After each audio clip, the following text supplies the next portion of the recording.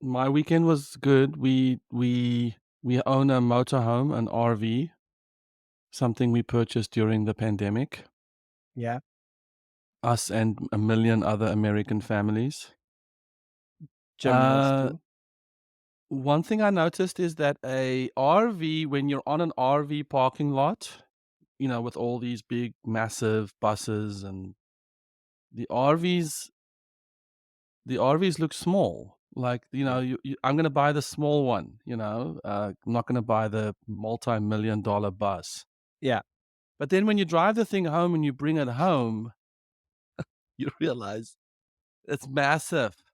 yeah, It only looked small because you were comparing it to other massive buses. So that's funny. That was really funny. My kids were very excited. This was about 2 years ago. I promised myself I would not buy an RV because I thought it was absurd to put a house on wheels. But we have 3 kids, and the biggest reason, the two reasons I decided to do it ultimately was, one, America's is massive. So if I want to drive to any of the national parks or anywhere, you got to cover great distances. So number one reason was to have the kids travel in comfort, that they mhm, aren't squashed into the back seat, but yes, they are can within reason they can roam the house while we're driving.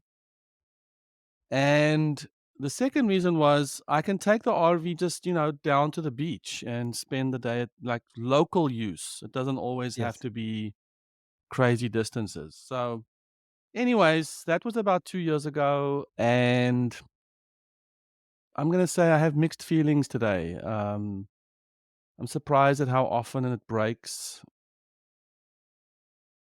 The plumbing, the Yeah, electricity, the yeah. insulation, it's just, it wasn't made to land on Mars. It was made to just sit on wheels. Welcome to the CTO Podcast,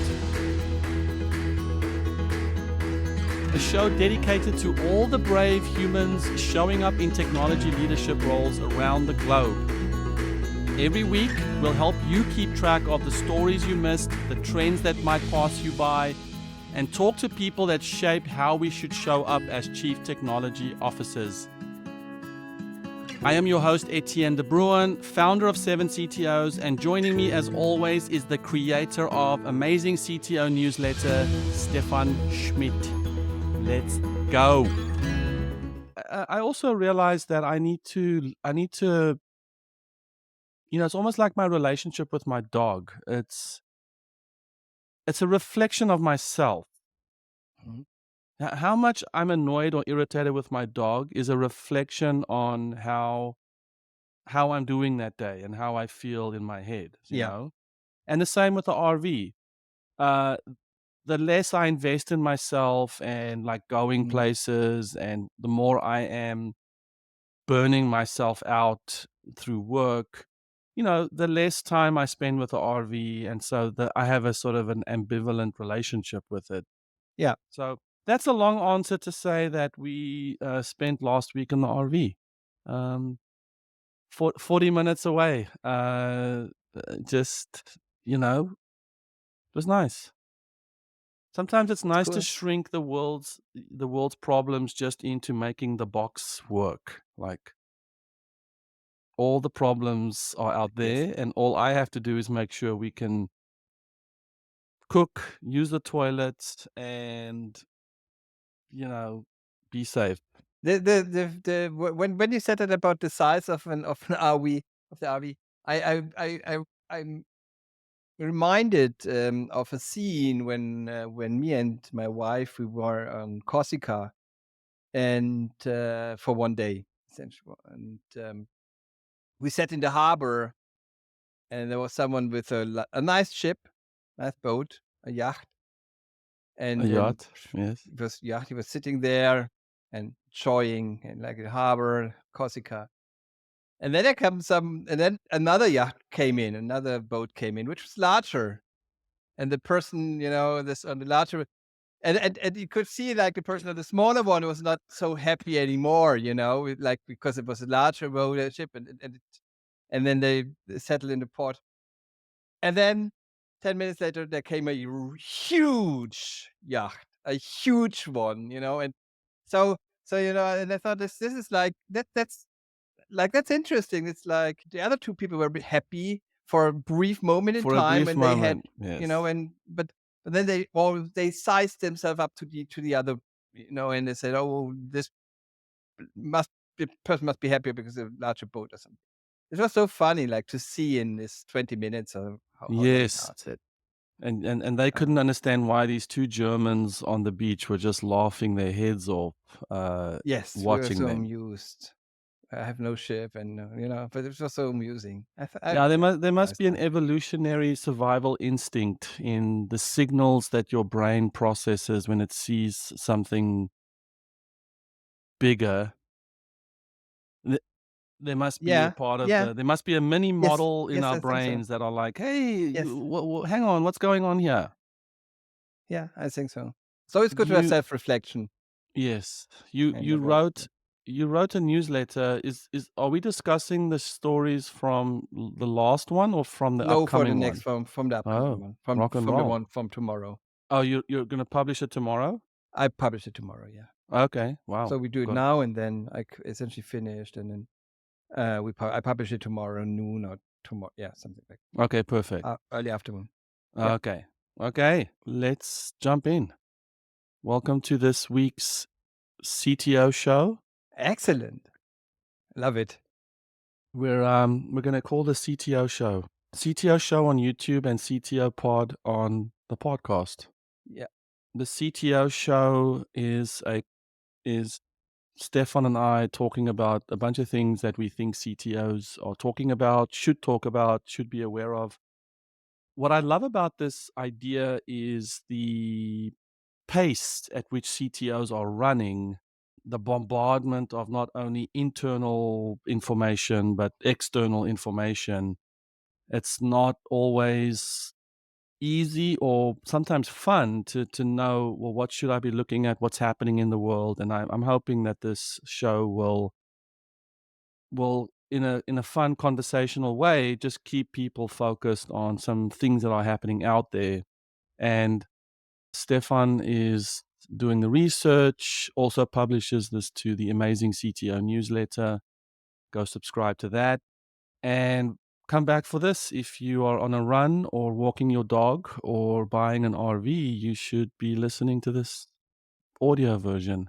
first topic would be an article about how to measure developer productivity or how to measure developer performance. Essentially, everyone, and the point would be like everyone I know, every CTO I know, sooner or later, or on and off, the topic of developer performance management arises.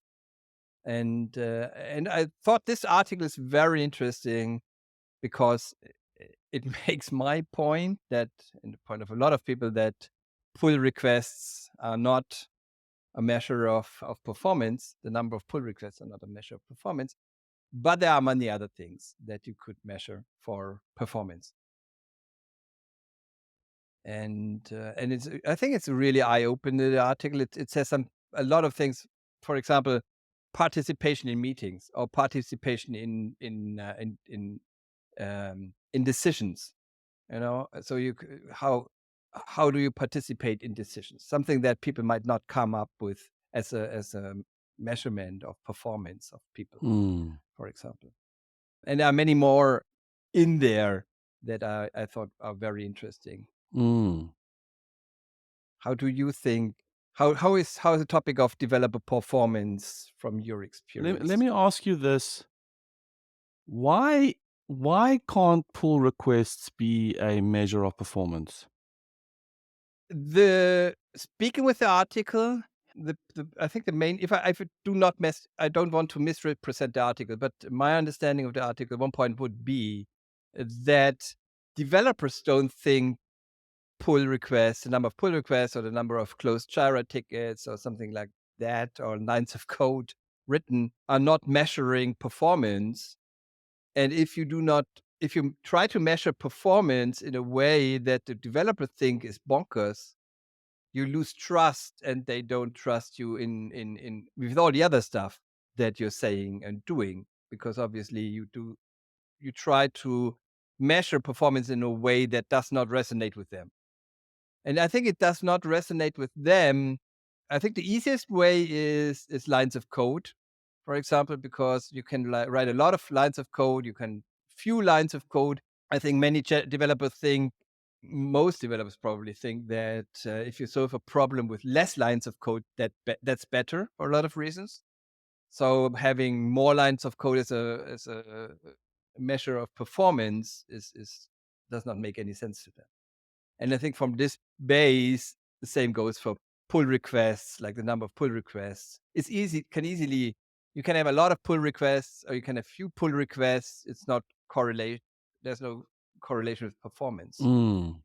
And I think from that point that the article makes, you should, as a manager, you should not do that. Yes, the main point of this article is really quotes Goodhart's law, which is when a measure becomes a target, it ceases to be a good measure. So I can understand how if I say to my team, hey, we need one pull request from you a day, then I mean that's an easy, or if we're going to measure pull requests, then I can conceivably do a pull request once a day, 2 times a day, 5 times a day, and add to noise.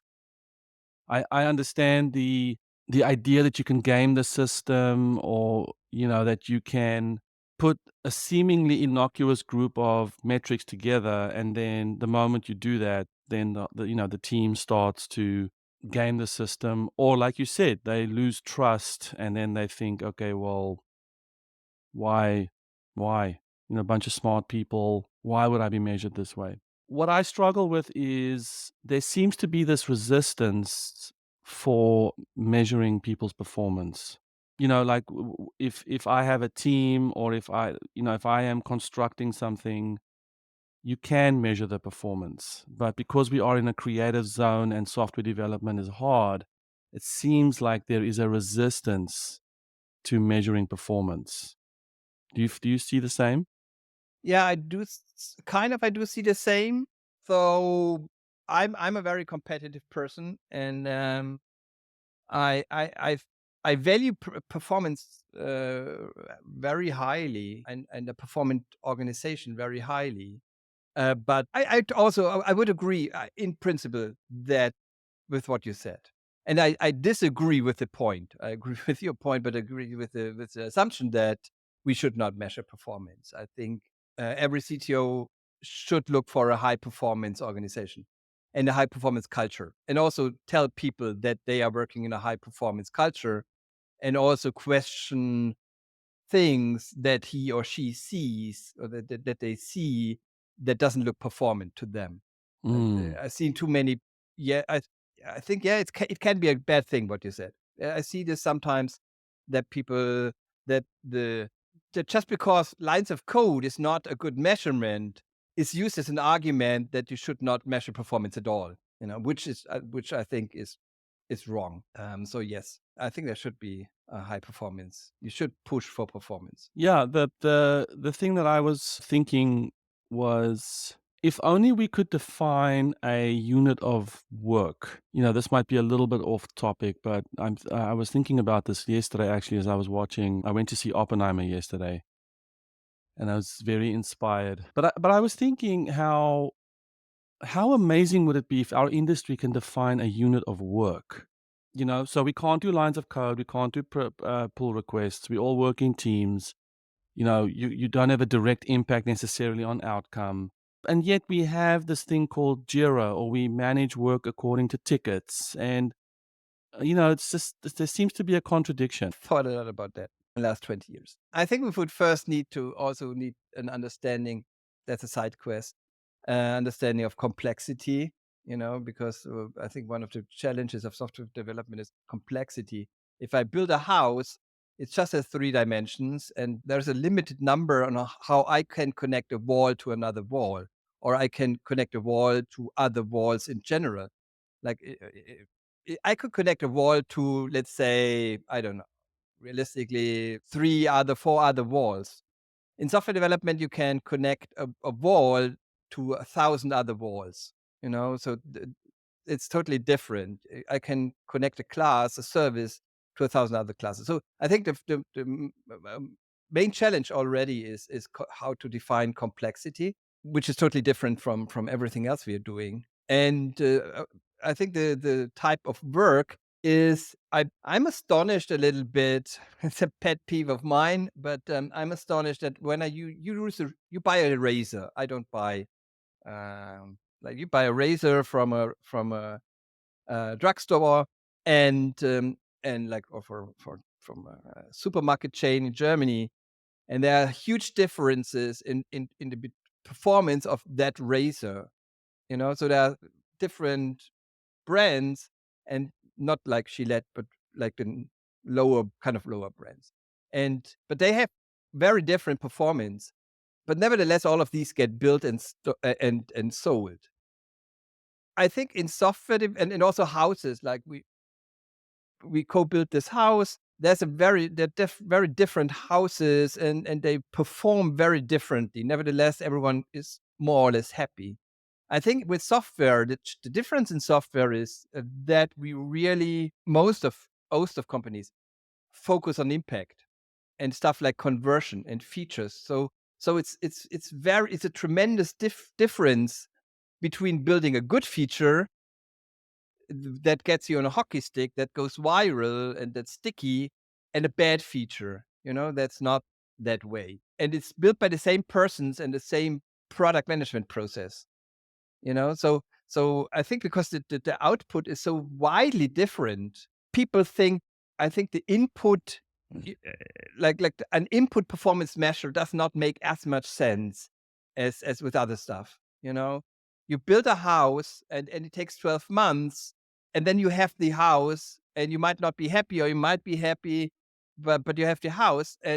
But with software, it's more it's more fundamental, and perhaps because it's so soft and it can be changed all the time, it's very different. Hmm. And I think because a house is so hard with concrete, that it's more important to define a deadline and a work size of work and a work unit, because in the end everything's a house. You like it or you don't like it, but perhaps I and also, like, it's I see this also sometimes in other.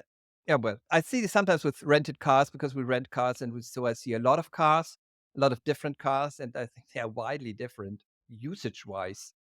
And I think software is different, and from that point of view, it makes hard to define something input driven as a unit of work. It's like that developer on your team who says, oh man, I think if we refactor this library, or if we add this one functionality to this library, we can drastically help everybody's work.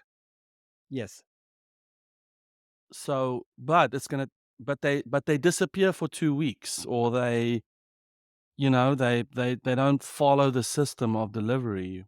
But yes, but what no one's ever gonna really understand is the drastic impact that that engineer had on the rest of the team and the way they work. yeah, You and know, it's like in your house analogy, it's like one worker shows up and says, "Hey, if I do this one thing to the bricks, then all the workers will get to the bricks faster, and then the house will be more, will be built, let's say, quicker." And that's not a great example because it's not about time. But will that person get the credit? Will the value that that person brought be fully understood? And so, in my mind, I'm thinking, can we define a unit of work that has time as an input and value as an output?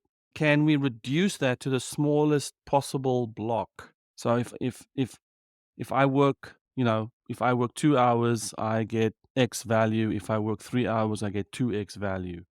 But I hear your point, which is to measure that value is hard because there's 1,000 different ways to do things. yes. So my point, where I'm going at with this is just that I think that a lot of the metrics issues we have today with development is that in our companies, are we lazy or are we complacent about defining value? We define it in terms of work that has to be done, but are we actually helping it by constraining the time so that the value can be more defined? So if we say ticket's going to be XL, ticket's going to be L, ticket's going to be 5, ticket's going to be 9, who cares? What I care about is in the unit of time that I allocate to a developer or the team, what value am I going to get from that? And I feel like the smaller that time allocation, the more definable that value is going to be. The more time you add, the more the more complex the output might be. I don't know. These are ways that I think about things, and Mm. I think it makes the whole metrics conversation hard for all of us. It does. It makes it all hard for all of my coaches. Essentially, it's uh, it's a difficult discussion every time So with everyone. let's highlight a few points from the article, which the author talks about some principles to follow when you're pursuing metrics. The first point was, instead of looking for a list of metrics to determine how you measure performance, figure out how you want to measure performance and then find metrics that help you measure the stuff that's important to your company. In other words, first look at outcome and what you want to achieve, and then the metrics versus finding the metrics to measure performance in a vacuum. Second one is focus on outcomes, not output, but you might use output metrics like activity from GitHub and Jira to debug why outcomes were missed. It might be appropriate to use team level metrics to evaluate the performance of senior technical leaders and managers depending on their scope of responsibility. Watch out for Goodhart's law and other cases where your metrics may encourage the wrong behavior. That's the one that everyone talks about. Metrics are one thing, but not everything. You still need to do the hard work of active performance management, setting expectations, giving regular feedback, and supporting your team. What I would like to add one more thing or two more things. First thing is every CTO should read that article. I really think every CTO should read that article. And the second thing, kind of a wow moment was have a metrics of the tickets in your customer support system. So, like, if you have more, then developer gets paid less. So if you have unhappy customers and the amount of support tickets goes up, then your pay goes down. I Wow, think that's that's kind of obvious as a measurement, perhaps, but I would never have thought of that. So well, I that's think that my there's last one. some serious assumptions in that one. I'm not a fan of that. Okay. I think sometimes developers code something with purity and the best of intentions, but because they don't have the empathy or don't fully understand the impact, they Yes. make mistakes. Yeah, they should have perhaps they should have more empathy. It's like the Dora metrics conversation, which is the Dora metrics offers a set of benchmarks where you can benchmark your company, but the desire for the metrics is to drive behavior or to reveal behavior, which is a very different approach to what this article is saying. Because if I say I'm going to measure the number of times we deploy, a whole set of behaviors gets uncovered because of that. So I would actually encourage companies to adopt the Dora metrics, not as a way to try win at the game, but to just ask yourself, listen, if I'm only deploying 3 times a week, then my ability to respond to what the market wants or what the customers need or what customer support needs is debilitated or is hijacked. So there you have a metric, or you have a performance metric that is uncovering, oh my goodness, every time we deploy, Sally has to be on call. The owner has to sign off. The 5-page document has to be written. The security audit has to be done. All the keys have to be stored remote. It's blah, blah. And then you realize, hang on, we have a very systemic problem in how we deploy based on a metric that showed us that we only deploy, 3 times a week. So I think that this stuff all fits into an ecosystem of behavior, and I just, like you said, I think the problem is just way more complex than people think, and therefore they think that there's a simple solution for performance management or performance measurement, and it really isn't simple. It requires a lot more effort. It requires a lot more conversation than you think. It requires 10 times more insight than you think you need. How your team is showing up, what the work cadence is, what the communication's like, what tool you're using, what problem you're trying to solve. I mean, there's just so much that goes into these things. It's not a simple thing. And I think the danger lies in when management comes in and says, "Well, we want to see the performance metric." It's not that. It's not that simple. You need a CTO with deep insight, deep empathy, deep care for how this software is being crafted. And then on top of that, the metrics can be fantastic. This is definitely something we should keep on discussing in our CTO community. I want to talk to you about a network I founded over 10 years ago when I felt like I wasn't getting the support I needed from other CTOs. I was concerned that I wasn't getting a soundboard. My ideas were amazing to me, but I was concerned that maybe they were biased towards my own experiences. And really, as my whole company looked to me to build out their technology organization, I felt concerned. Was I getting the education I needed? Was I getting the pushback that I needed? And I wasn't getting that from my fellow C-suites because they were not technical. And so I decided, okay, I'm going to jump in and create a network where we all have to come with our authentic selves and share our insecurities, our challenges, and face the next level of scale. We all know that what used to work 6 months ago isn't necessarily going to work 6 months from now, as we are constantly growing our organization. So 7CTOs is a peer network of hundreds of CTOs who get together once a month in groups of 6 or 7 to learn something new together, to process some challenges together, and then really to just encourage each other on this journey. We assemble people at the same levels. We use a proprietary framework called CTO levels to make sure that people are actually peers. And my goal is to have those 4 or 5 hours you spend with that group every month be the most valuable time-saving hours that you can spend. Don't go down the rabbit holes. Don't wallow in insecurity. Don't be angry for too long. Come and get that support that you need. It is a lonely place. It is a high-stress environment. So 7CTOs is literally the tech people who are all also taking on the growing of companies. We do our forum meetings, deep dive calls, retreats, conferences. Head over to 7ctos.com, hit the apply button, and we'll get you into a forum within 30 days. That is our guarantee. Love to see you there. See you soon.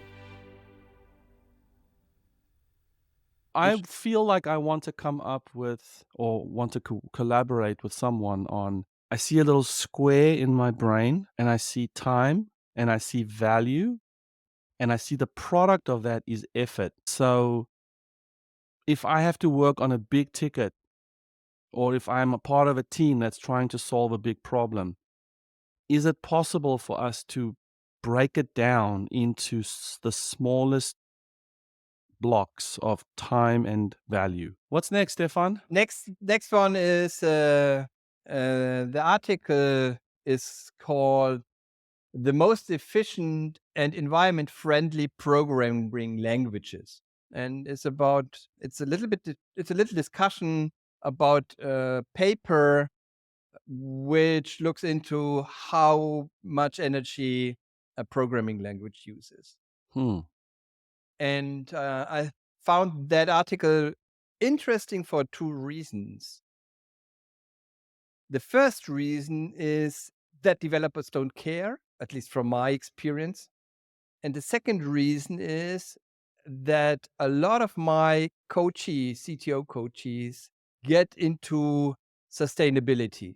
and some of them start easy, like calculating energy consumption on AWS and things from their usage. But a lot of them get pressured into measuring this as a topic because it's important to the CEO, it's important to the board, and for various reasons. So, and I think this is like developers don't care, but there is a drive for sustainability and energy consumption in providing services. And Mm. I think this article about programming languages, which programming languages are more energy efficient compared to others, is kind of a bridge between these two. I wonder if cloud services would start charging based on this, charging more or less. They don't. I wonder if people will start caring if the cloud providers start saying, hey, a C image is cheaper than a Pearl image, you know? I think the drive could come when enough companies do this and say something like, I don't know even if where to start, how to compare services for sustainability and energy consumption. But let's assume they say something. We have an A rating based on something I don't know, and others say we have a B rating. And then it might be the challenge might arise that the CEO of the company with the B rating goes to the CTO and says, "Why do we have a B rating?" And the CTO says, "We have a B rating because we use Python. We use Python because it's most advanced for AI or for whatever reasons, or we get the most developers." But if they would change to Rust, they would immediately go from B to A. And that's a very interesting dynamic that could arise. I don't know if it does arise, but that's, I think, is a very could be a very interesting dynamic that arises where there's a push. Currently, developers choose programming languages just as they like, and there could be a push in the future from the board to the CEO to the CTO to use more sustainable, energy efficient programming languages. I'm not even sure if it can be measured the way the article reflects on that, but assuming it can be measured, there could be a drive, and I think this will open up a very interesting dynamic and a This is discussion. very interesting, especially if you consider embedded systems. If we're all starting to talk about AI and self-contained units, I could see, because look, energy efficiency means battery power. So, if I'm building a system that is going to be driven by a lithium battery or something, then obviously this is a very important conversation. This is from the article, it says on average, the compiled languages consumed 120 joules to execute solutions, while for virtual machine languages and interpreted language, the value was 576 joules and 2300 joules, respectively. So compiled 120, virtual machine 500, and interpreted language 2300 joules. I mean, that is fascinating if you consider. I mean, that's why embedded systems are probably, they're in C, C++.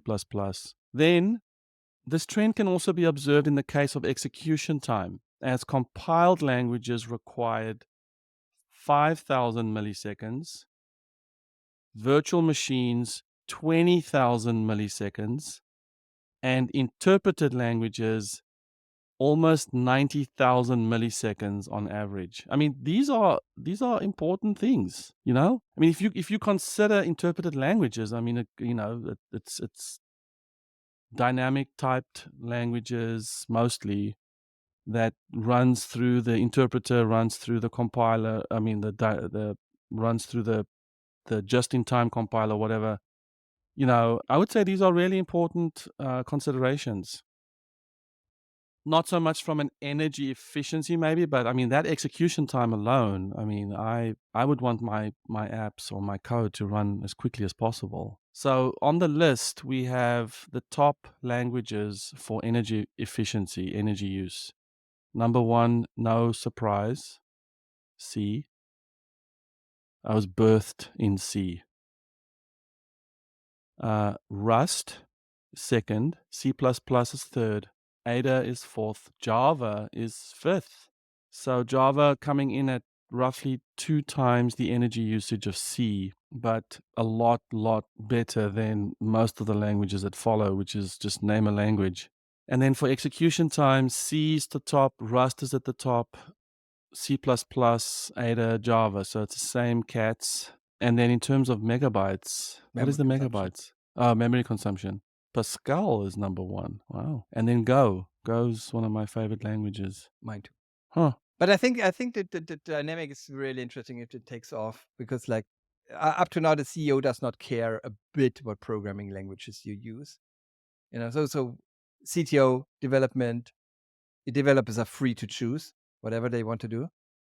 But if we get a sustainability drive with a discussion into tech, which I see started on AWS consumption and AWS energy estimations, then suddenly this would be very unsettling for developers if the CEO tells them via the CTO what programming language to use. That would be That would something suck. very, very uncomfortable, I think. So Hmm. for that reason, I found it very interesting. Another article, next one is Open the Code Base to Everyone. So the article is called Opening the Code Base Up to Everyone. And the content of the article is the idea is described by the author in his startup that essentially anyone in the organization who wants to write code can write code. Wow. And I found that kind of as a concept and an idea kind of eye-opening or mind extending. I don't know, but I've also not think about the silos and compartmentalized departments and things, and just the idea that if you can open a Git account, if you can go and get added to the repo, then you can write code, and it goes into code review and things, and then it gets published. Yeah, I see all sorts of opportunities, and I can already see all sorts of rebukes and resistance from the dev team. Of course, the key here is anybody who wants to. So, of course, in the company, there's going to be a bunch of people who don't want to. So, what I love here is hey, we're a team of 50 people. Our dev team is 15 people, and there's 6 or 7 people who are really interested in, well, how did we write that query? Or why is this piece of code always causing issues, or this function in the product? So I love the idea that you're opening the code to everyone. Secondly, I love the idea of safeguards in your software development process that will obviously prevent someone from merging code without any approval. So it sounds like there's a lot of training involved. You've got to have your processes well defined. And secondly, you need to have a lot of training about, well, this is how, hey, go take a look at the code. This is how we do our development life cycle. So, I think thirdly, you have then, of course, the quality issue or how a problem gets solved. And presumably, the non-coder isn't going to solve the most complex problem in the system. Maybe they will. I'm a Yeah. huge fan of diversity and diverse thinking and diverse backgrounds. And how often have you spoken with someone who is not at all in your domain? You take the time to articulate the issue to them, and then they ask you a question that is perplexing, and you're like, why did you ask me that? And your brain resists and your brain resists, and then your brain is like, hang on, that's actually a great question. It was dumb when Yeah. you first heard it, but now, it fires off a whole different part of your brain.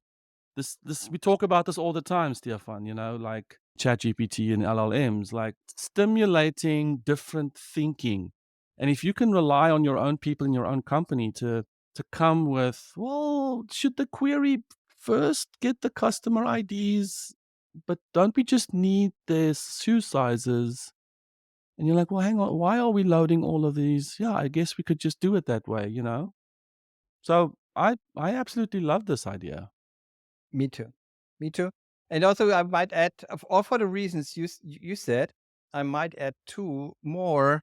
From my perspective, I've been doing coding for manager workshops in the past to open up, to get a broader understanding of what programming means in a startup, in a company. So it's like a startup is depending on the programming done, but there is a very shallow understanding of what programming is inside the company. So I did coding for manager workshops to get a broader understanding of what coding is and what programming is. Um, and I think when you do this, everyone can code. I think you get a more, perhaps more I- identification with the company as a tech startup. It's not, so you spread the idea of we're a tech startup, we're a tech company to the whole of the company, and other people feel it. It's not like they only know it, but they feel it because they could write code too, and perhaps they write a bug fix. They might write a bug fix and then never code again. I talked to a friend who worked on a campaign, had as a project manager on a campaign, and saw all these on a project, and then there was an ad campaign. And he went through the city and said, "Oh, I worked on that one." And I think something like that could happen here too. "Oh, I fixed that bug." Mm, And it spreads the understanding of being a tech company to everyone. mm, And the second idea would be that it breaks down silos. It's not sometimes I see this silo, and I use it to my benefit. Often when I talk to HR about performance measurements and stuff like that, HR says, "Oh yeah, you're developers, you're different, you can't be put into the same pot as everyone else." And there sometimes I intentionally created to my own benefit silos, but there are silos created. I think this is a way to break down silos and absolutely. hierarchies and get everyone involved. Yes, and before people run with this in the wrong direction, to give some perspective, from the article in 2023, 53 people contributed code to their repo. 5 of those were these non-programmers. So it's not like we're talking about the whole company coming in and attacking the code base. How often have you had that feeling in you where someone's like, "Oh, I will do this work," and you're like, "No, no, no, no, no, I'll do it," because in your brain you think that person clearly doesn't understand how complex this issue is. So I'm just gonna, or I have to schedule a meeting with you to explain to you, So there's so much of that. Like I said earlier, there's so much opportunity for teams to relax and learn from each other and spend the time to explain. So I see this as a fascinating way to help people, the development team, get better. The Yeah, development team to get, like you said, the HR team that says you guys are special. But to have the development team learn skills in communication, in teaching, in being gentle, in fueling people's curiosity, in creating a safe environment. I mean, these are all things that the whole team will benefit from. yeah, And I see this method that this team used as a fascinating way to do that. So a couple highlights from their experience. Several account managers taught themselves SQL and used it to build ad hoc reports and dashboards in a tool called Metabase. They built a feature enabling them to embed these in the product so they can improve the in-product experience for their customers. Next one, an implementation team member built several single sign-on integrations with platforms like Azure because he found it easier to build it himself than go back and forth between the customer and the developers. And I love this one. Salespeople have learned how to build and connect their API to other services via Zapier or Retool. This made it easy to build simple proof of concepts, which sometimes turned into fully fledged features. Once a salesperson built an entire feature on top of Zapier, and once they were totally confident in the business logic, they rebuilt it into the product. I mean, that is just gorgeous. And then the last one, a former lawyer learned enough Ruby to contribute bug fixes to their legal compliance product. He was able to combine huge domain expertise with just enough coding knowledge to be very effective. The most interesting thing was how much easier collaboration became once the subject matter expert could read and write unit tests. It's gorgeous. That's a nice find. Think so too. Last one, short one. There was an article on Wix starting a new feature, and which is creating a whole website from an AI prompt. So they launched a No-brainer. feature that you can build the whole website by describing it on an AI prompt. This has to be where the world goes to in the next few months. And we have to had a discussion how long do we have developers and things. So I thought this was it's just a website, kind of low functionality, most presentation, but I think it's a kind of a milestone.